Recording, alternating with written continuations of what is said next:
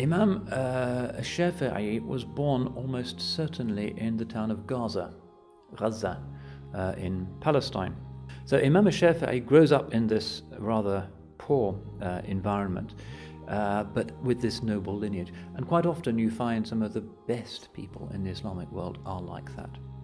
They're noble, that they recognize that they are called to emulate the nobility of their ancestors, but they're not spoiled by wealth, which is the lot of the majority of people who have been given wealth. So he's in the city of Mecca, and he's an orphan. His mother directs him to the circles of knowledge. By the age of 7, we're told, by Imam al-Bayhaqi, he had memorized the Quran. By the age of 10, it seems that he had memorized at least one of the versions of the Muwatta of Imam Malik. And he used to love hadith and would go to the circles of the muhaddithin and memorize hadith just from hearing it. He couldn't afford books or to study in any other way. He just heard and heard and heard until he memorized the hadith. And then, when he had to write things, he would write the hadith on pieces of broken pottery or on old pieces of leather or parchment. And it said that because he was poor, he couldn't afford to buy writing materials. So he used to hang around at the diwan of the governor of the city of Mecca, asking for any old pieces of parchment or scrap. He had a strong inclination to speaking really classical, refined Arabic. He went out to the desert and sought out and kept the company of the tribe of Hudayl. Why Hudayl amongst all the hundreds of Arabic tribes? Because they were the ones with the reputation for the purest and the most chaste Arabic. And so he spent time with them, according to some scholars, 10 years in the desert with Hudayl. So according to Ibn Kathir, great Shafi'i historian, he spends 10 years in the desert, and there, as well as perfecting his speech, he learns horse riding and also learns archery, and he becomes famous for rimaya, for archery. So later on in life he says this: كانت همتي في شيئين. My focus, my love, my preoccupation was on two things: في الرمي وفي العلم, in archery and knowledge. فصرت في الرمي بحيث أصيب من 10. I was so good at archery that I would hit the target 10 times out of 10. فسكت عن العلم. But then he wouldn't talk about his scholarship. He's humble, he's not going to say that he's a great scholar. فقالوا بعض الحاضرين, and one of those who were present said, أنت والله في العلم أكثر منك في الرمي. And he said, by Allah, you are more accurate in your scholarship than you are in archery. So he's a teenager, he's in the city of Mecca. Most of the teaching at the time is happening around the Kaaba in great circles of hadith and fiqh. And he studies in particular under somebody called Muslim bin Khalid al-Zanji, apparently an African scholar, who authorizes him when he's reached the age of 15 to give fatwas. Of course, in Islam, to have an opinion that you give publicly, you have to be authorized to do that. So at the age of 15, Imam al-Shafi'i is being authorized to give fatwa in the shadow of the Kaaba itself. But that wasn't enough. You might think to give fatwa is about as far as it can go, but he wanted more.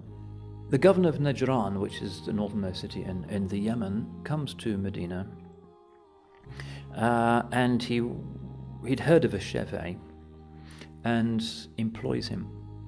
So he goes back to Najran, and as a judge he becomes one of those awkward individuals, and we saw this in the case of Sahnun last time, refusing to allow flattery, refusing to accept special pleading, and refusing to accept bribes of any kind. So he very soon makes enemies, particularly since the governor, the Abbasid governor of the region, is known as Zalum, is really unjust, and he's always trying to get the judge to bend to his wishes. And not only does Shafi'i refuse to do this, but he actually criticizes him publicly. The governor's outraged and wants to get rid of him.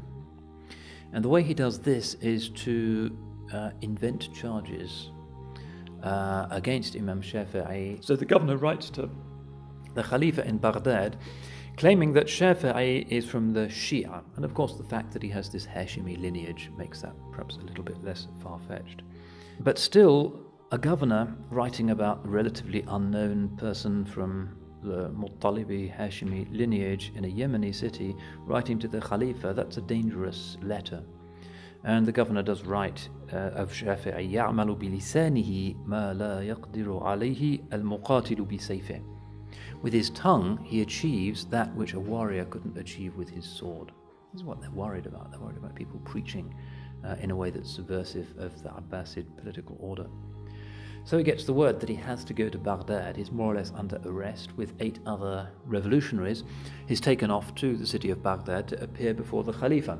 One after the other 8 are, the historians tell us, executed.